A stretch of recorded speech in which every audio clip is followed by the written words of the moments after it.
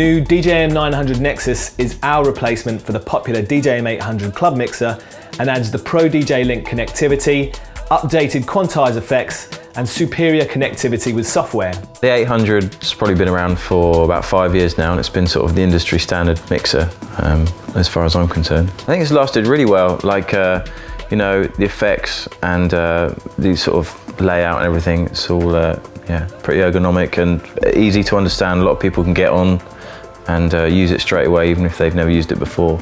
The Nexus name is our commitment to making the perfect system for every type of DJ. And to start with, it's Tractor certified. The original setup before the DJM 900 came along was 2 laptops, 1 running machine, 1 running Tractor, 2 Audio 8 sound cards. Now with the new mixer, it makes it a lot easier. Now I can just have 1 laptop, running machine and Tractor. So it's totally halved my setup. And also now not having the sound card, to having to plug the sound card in and stuff, I can just come in, plug the USB straight in. And my DJ setup now consists of 2 CDJ 2000s, 1 DJM 900, an iPad, a MacBook with Ableton Live on, a Korg Nano Pad, a Korg K Oscillator, and an EFX 1000. I also use the 900 as a control surface. I use the Nano Pad as a control surface and my iPad as a control surface, all in Ableton. The 4-channel 24-bit 96K sound card and full MIDI control integrates the mixer with high-tech DJ tools. People, if they're using Tractor or Ableton, they can just plug straight in. You know, all their drivers and everything can be customized before they go to the club. We've added a new touch-sensitive X-Pad to the beat effects, which brings rhythmic expression and instant effects triggering to your fingertips. There's 5 insanely high-quality beat effects too, with a studio-style reverb, the beat-mashing slip roll, the madness of spiral, and the sidechain innovation of melodic. The color effects have been expanded from 4 to 6 with the new dub echo, space, noise, and with studio-style dynamics of the gate and compressor. So let's start out with the color effects, which are available on all 4 channels and independently controllable.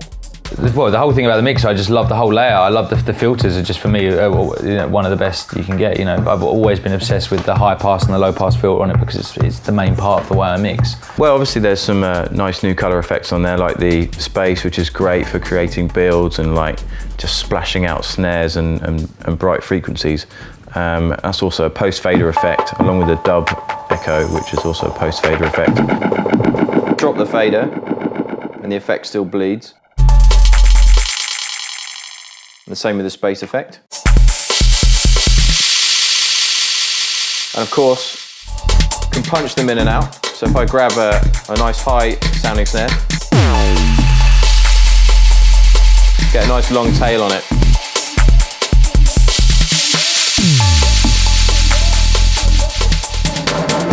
Low pass and high pass. The color effects are, you know, push the button, turn the dial, something happens straight away. Whereas the beat effects are more rhythmical. You've got more parameters to play with. But it's using them both together really that's, you know, that's the key in that mixer. The new firmware 4.0 for the CDJ 2000 and CDJ 900 sends rekordbox beat grid information to the DJM 900 beat effects, making it an essential update. The DJM 900 sends on-air status back to the CDJs, so when you push up the fader, the CDJ 2000 platter assigned to that channel turns from white to red, so you know that it's live on air.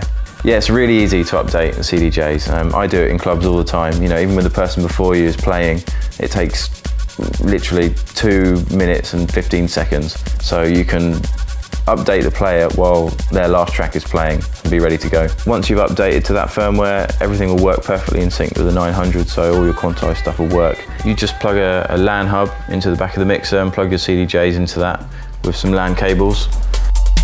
I've got this on wide pitch. Got my scratch sound over here. I'm going to use the transform effect, which is timed and quantized to this deck. Now watch what happens if I move the pitch.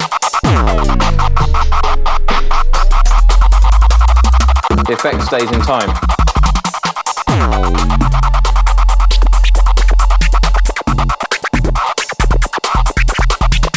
The X-Pad is just, it's like an XY pad, but just one axis. It's like super simple. It's kind of a touch ribbon thing.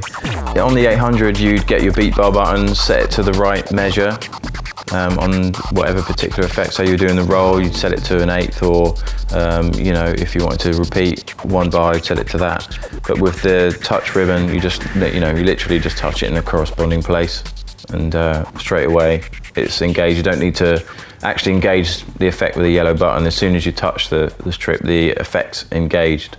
So the roll, as on the previous mixer, works in the same way, except now you can control it with the X pad.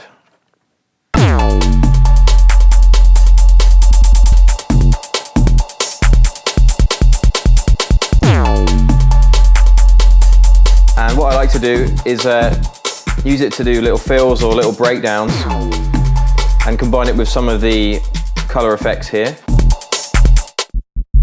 like that one.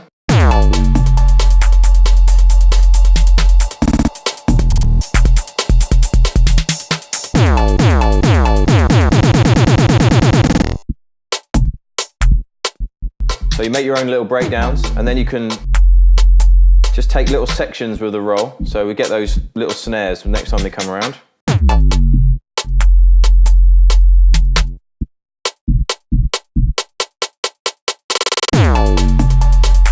So you make your own little breakdowns, and with this gate compression, it's really good fun. Taken from the DJM 2000, the slip roll is a great effect for beat mashing a track without repeating the same sample. So the slip roll constantly resamples every time you make an adjustment to the timing. They've sampled a new part of the beat. And now all the roll effects are post fader, so you can do the sound color effect.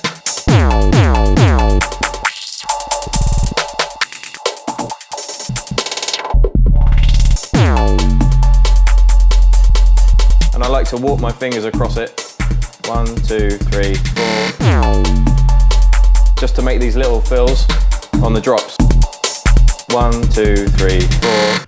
Just like the DJM 800, the 900's roll effect can be used to perform with loops, but now with the stability of beat grid quantizing.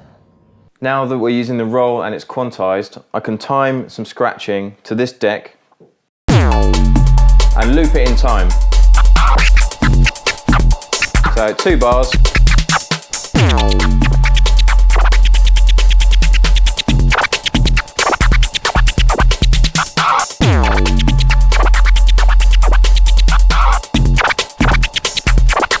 It stays in time.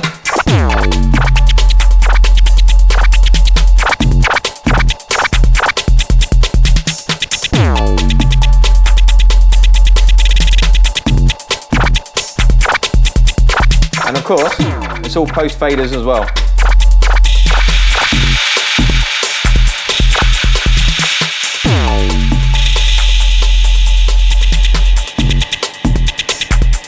Dub echo.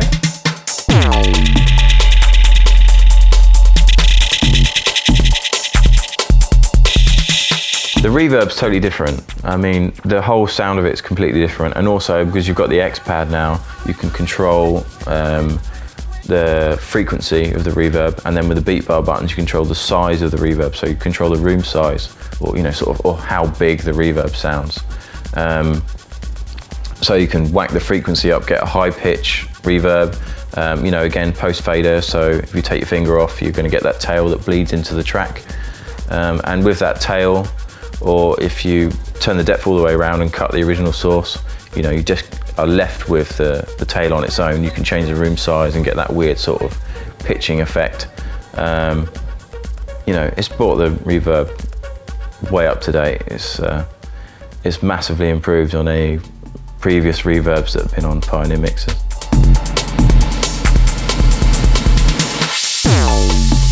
So we've got a nice high-pitched tail there. And if I just show you, control the room size with the beat bar buttons or with the timing knob there. So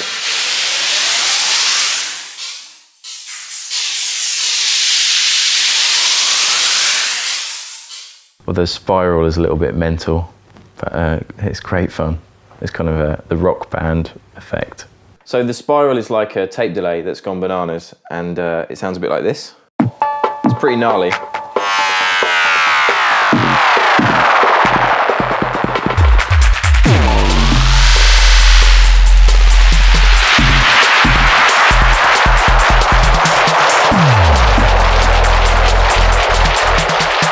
You can chop it in and out with a level depth, and it records it in.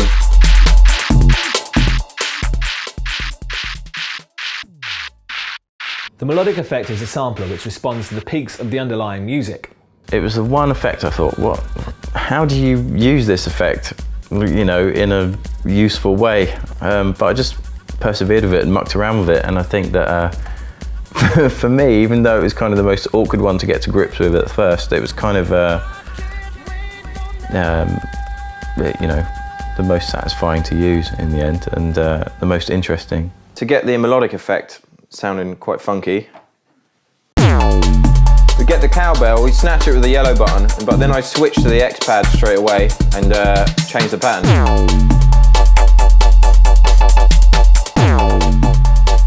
And what I can do now, make it melodic by changing the pitch with the beat bar buttons or the timing knob.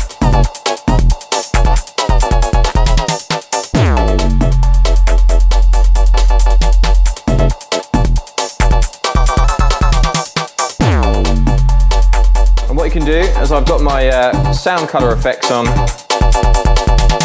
this channel and this channel, and if I change the channel, just bleed the effect into the other channel. So it just picks up a little tail of the effect.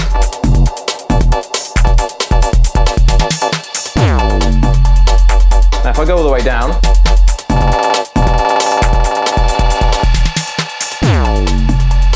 keep my finger on there, I can actually turn this off.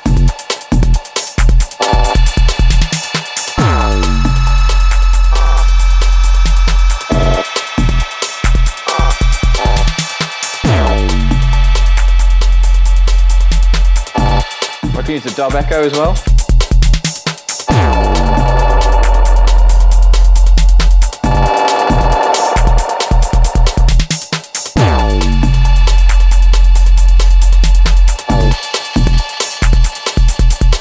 Channel select back onto this channel, should remember the pattern.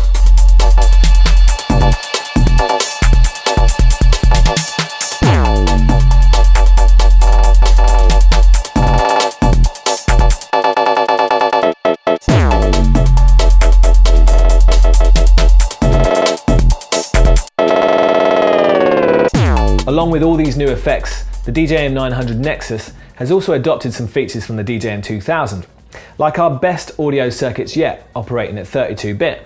The output I've noticed a lot is a big improvement from the 800 to the 900. The 900 Nexus includes the Q-Link, which is an additional preview channel dedicated to monitoring new tracks from Rekordbox directly to your headphones. We've added the isolator EQing, so you can switch from classic to kill. The 900 Nexus will be even more reliable with sturdy new fader technology that no longer positions electronics directly under the faceplate opening. And the Pioneer P-Lock fader caps are impossible to pull off in the heat of the mix thanks to a new locking mechanism. Another refinement is all the connections, which are now symmetrically and intuitively arranged so you can easily connect sources blind. The 900 for me is better for me because you know, I prefer the effects on there. The layout I'm used to obviously from the 800, and you know, along with this sort of quantization, you know, with the beat gridding from Rekordbox, it yeah, you know, adds a new dimension to the way you can use effects.